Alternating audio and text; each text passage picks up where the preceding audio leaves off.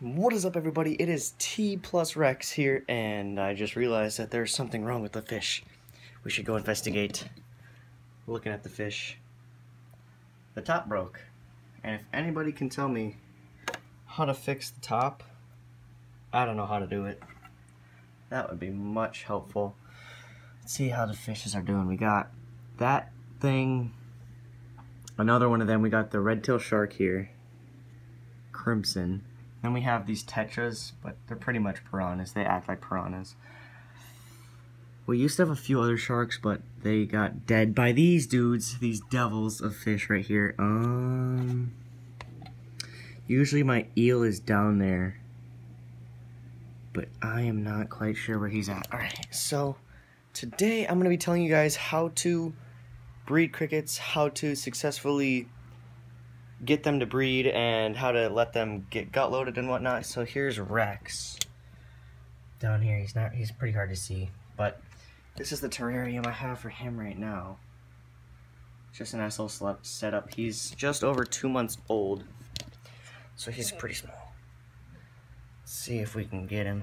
Come on, buddy. Okay, so here he is. He's awake now. Let's get on the ground by the crickets. Look at him, he's so cute. So that's how small he is. He's only 6.5 inches. I just measured him a few hours ago. So this is my cricket setup, and it's just a regular big bin, like a storage clear bin. People can do like not clear, but I like the clear because I can see where the crickets are going and I don't really have to lean over and grab them. But so we have different types of cardboards, and I use these egg cartons that work well, but sometimes they like to hide in these little toilet tubes and other tubes. Here, let's go see what other, hopefully Rex doesn't run away. He might do that. This is my storage, so I'm pretty set. I mean, that's about 4 or 5 rows high of just toilet rolls, paper towel rolls. So, I mean, I might go with more toilet rolls, because with the toilet rolls, you can grab your bag you dust with and you can just, like, jab them in there. It's a lot easier than catching them, and I think he might be hungry. Because let's see if he goes after that cricket.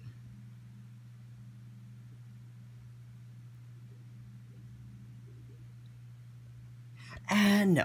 So he definitely does not want to go after the cricket. So people, you guys might ask, what is this stuff right here? What is this flaky material? And it's actually this big bag of vermiculite. And it's, I mean, you can find different kinds. It doesn't really matter as long as it's vermiculite. That is how you spell it right there. I found mine at, I'm pretty sure, like a Home Depot. Yeah, I have no clue where I found mine, but it's there. And it's been like any hardware store usually. It's for or gardening store. Either or really works. And I'm not quite sure what it does, but the only reason I have my crickets inside in my room is because this vermiculite here actually absorbs the moisture of their poop and stuff, so they do not stink whatsoever. So as you can see, there are a few running around right now just because I have disturbed them. And so this stuff right here, this is what they lay their eggs in, and I'm not sure if I have any eggs in there yet, but they can actually lay their eggs when they're that small. So I am going to be doing a video probably Wednesday, because I just ordered 500 crickets, and we're going to be opening up all of those and dumping them in here and hoping that they breed, and they should breed easily. So what this stuff is right here, this is coconut fiber, and it's Extra Earth, Echo Earth actually, by Zoo Med, coconut fiber. And I just had this laying around, but I used that, and it has worked before. I just had some new, smaller crickets. Let's see if I can find one. Or some, you see that little guy in there, he's one of the new ones, I know that is a fact.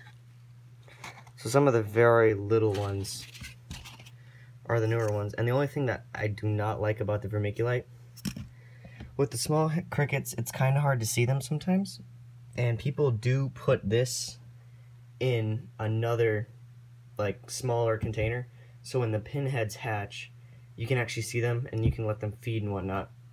But over here, I use this lamp, and it gets hot very quick at the top here, and I let that kind of like incubate them while they're in there. And the only thing that sucks about keeping them in there is there is a small risk. Oh, Rex looks interested.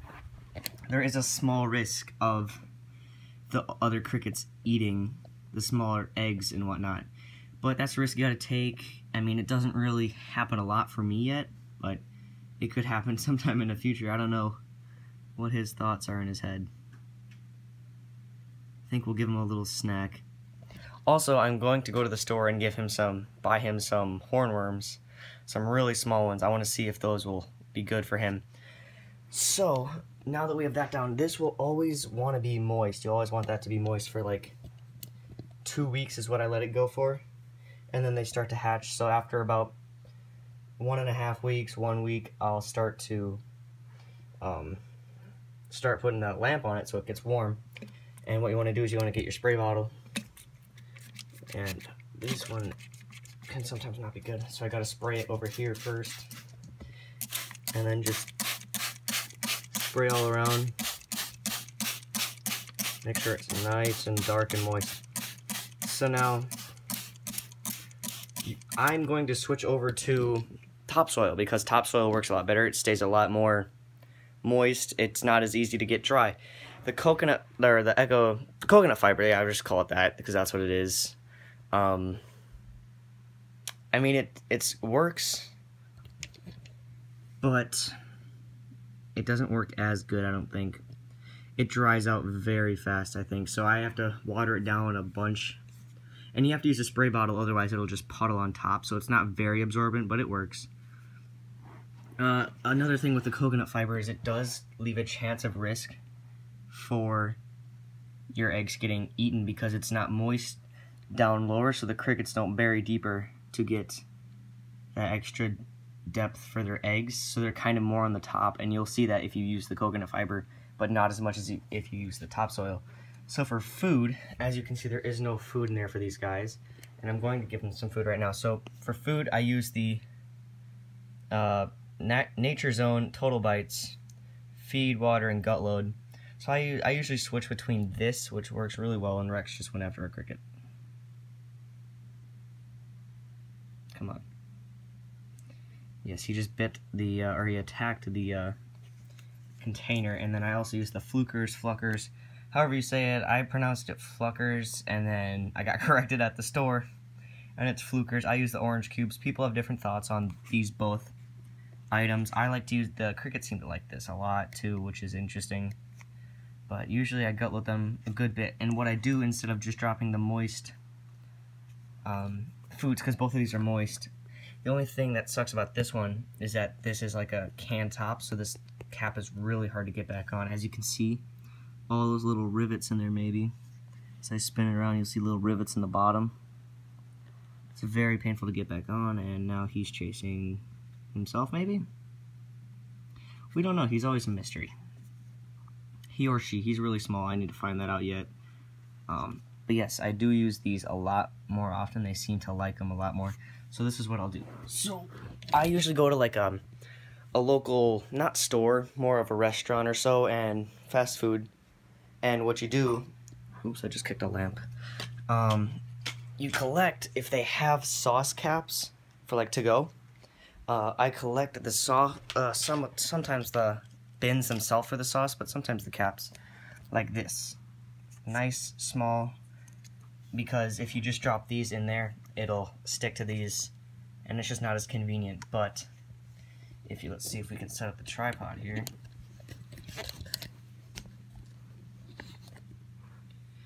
Okay, so if you have these, and you open them, I usually just pour out a few on my hand, maybe that many, because there's not that many crickets in there. So then you just drop it on this little disc. Make sure you get as many as you can.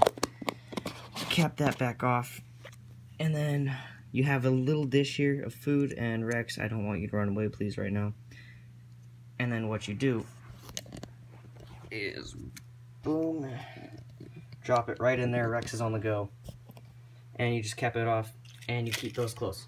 So for changing the tubes, or the, cricket just jumped on me.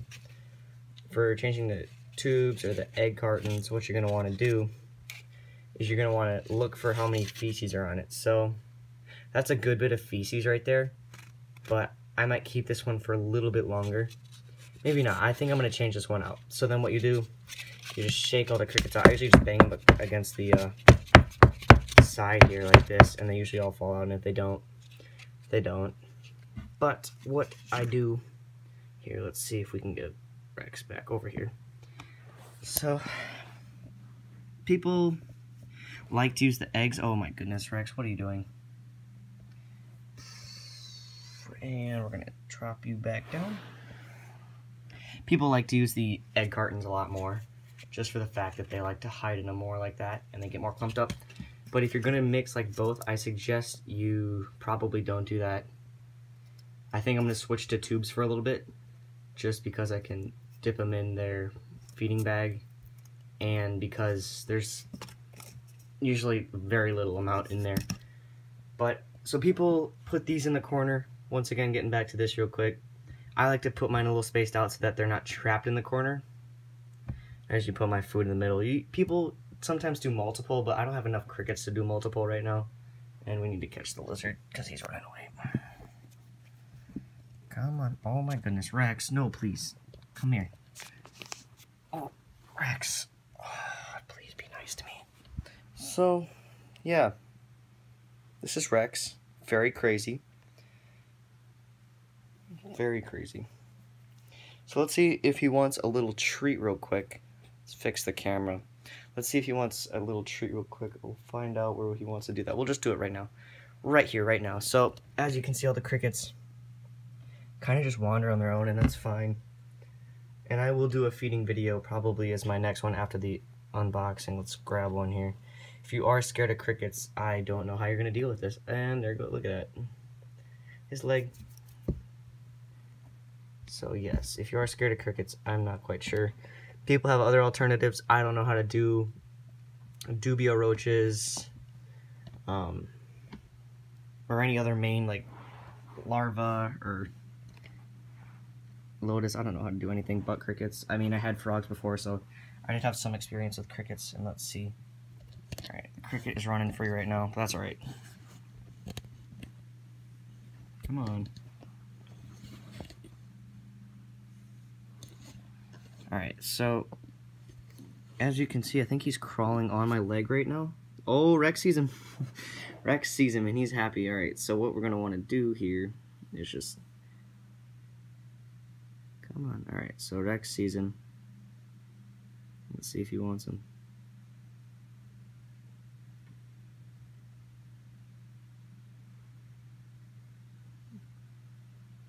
Okay, buddy.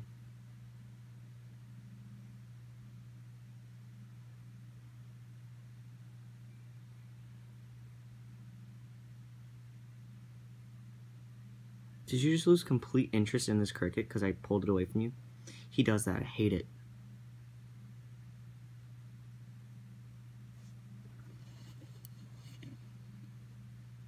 Come on. Eat the cricket. Yeah, it's not happening, folks. I'm sorry. Rex is just being stubborn now because he's like, you're not going to give me the cricket? I'm not going to eat it. Now you want to give it to me? I'm not going to eat it. So, come here. Oh my goodness, he's gonna hurt himself. So this is Rex, everybody, who is wondering. Okay. Come on, we gotta say goodbye. This is Rex, and we are saying adios.